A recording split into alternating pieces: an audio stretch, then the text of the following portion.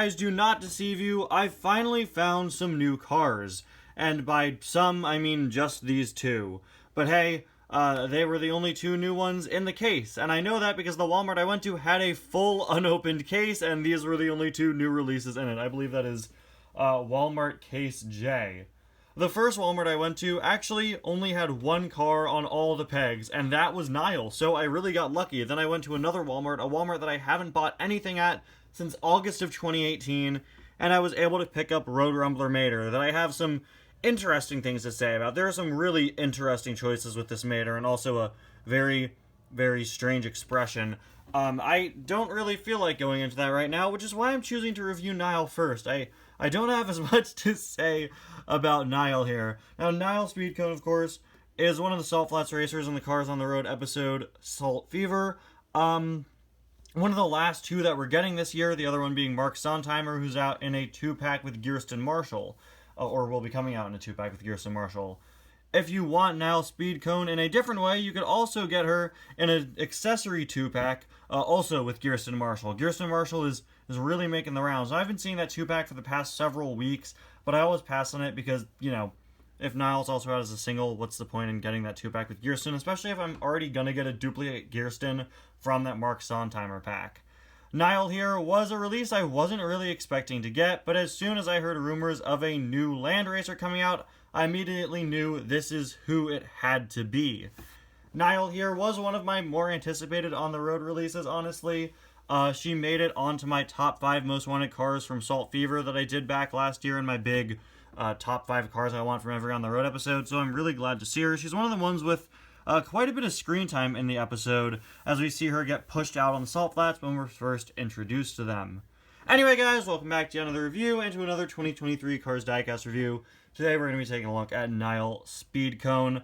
As you can see, I have the packaging leaning back here because this is such a small car, it really doesn't support itself. She is named after a Pixar employee. Her name in real life is Nile B. Cone, who I believe worked on Cars on the Road. And this is a really, really small car. Like, compared to Peggy Liner, yeah, Nile is tiny. I was not really expecting that. I really like the artwork here. Very cool, very sleek. Maybe the diecast is a little too short. I don't know. Moving on to the back, you could see, let's see, Claire Gunzer, Jeremy, Cryptid Buster Mater, Mateo, Griswold, and the Quadratorkosaur. The only ones I've reviewed out of all of these are Claire and Griswold. Yeah, hoping to get the rest of those soon. I know the Quadratorkosaur was actually delayed. Very disappointed that I didn't find Mateo. I thought he was in a case around the same time as these guys. I'm pretty sure he is. I just didn't get that case. I got a case with just Nile and Mater. Anyway, here is Nile out of the package. And yeah, this is a really, really small car. The best way I can describe her size is she's like Francesco if you ripped off everything except the red part and then made him even thinner. This is such an interesting car. It's Peggy Liner. Peggy Liner's huge. You know, Peggy Liner was a super huge special edition release in a 9-pack. And Nile here is just sort of a similar concept, similar type of car, but, you know, way, way shrunken down, which is how it is in the episode.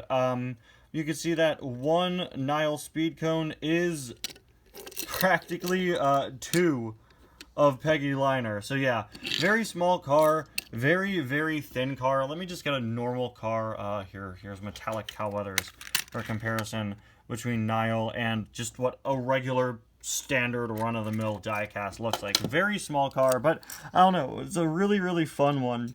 Got a nice expression there. Look at that. It's so thin. We've got these yellow stripes, or I guess they're sort of a lighter green stripe going across the side. We've got some information here. I love that the windows are bolted up. Love all the details to show you that these cars are built for super speed. 789, looks like this says, what, MON 13, intake, number 523. Some more stripes there. Of course, we've got the parachute on the back, as well as some sort of exhaust type things. Looks very similar to the back of a lot of the other cars that we have from Assault Flats with their little parachute boxes to help slow them down if they're going a bit too fast, if they have to stop.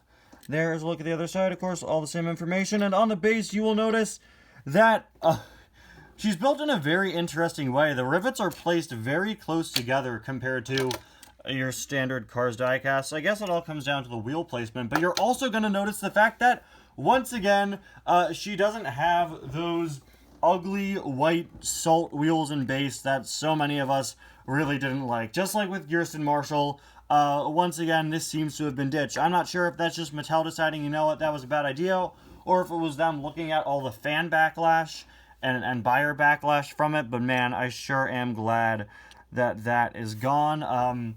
Only time will tell if Mark Sontheimer keeps up the tradition, but so far, the 2 new Salt Flats racers we've gotten so far are looking pretty good. Down here, these 2 wheels are connected, by the way, on one axle, in case you were wondering. No, they don't roll freely. They're going to roll together. That doesn't mean anything, but I just think it's interesting to point out, because, again, a little tidbit about the assembly of a car that is a very unique-looking car, and, of course, we got that wheel there. And there you have it, Nile Speedcone, another great Salt Flats racer, probably one of my personal favorites, because not only was this one of the more prominently featured ones in the episode, but it's also really unique, especially if you don't have the Peggy liner pack. I think Peggy will infinitely be cooler. Peggy's one of the coolest Cars diecasts ever. I don't think you're going to beat how cool Peggy liner is, but still, this one is really, really nice to have, especially as, you know, sort of a single, more buyer, consumer-friendly version of Peggy. But, you know, it's not fair to constantly compare these two, because Nile here is her own release. Anyway, guys, thank you all so much for watching. I'll see you guys next time, where we have to tackle that face. That beautiful, beautiful face. Oh, man. Bye now.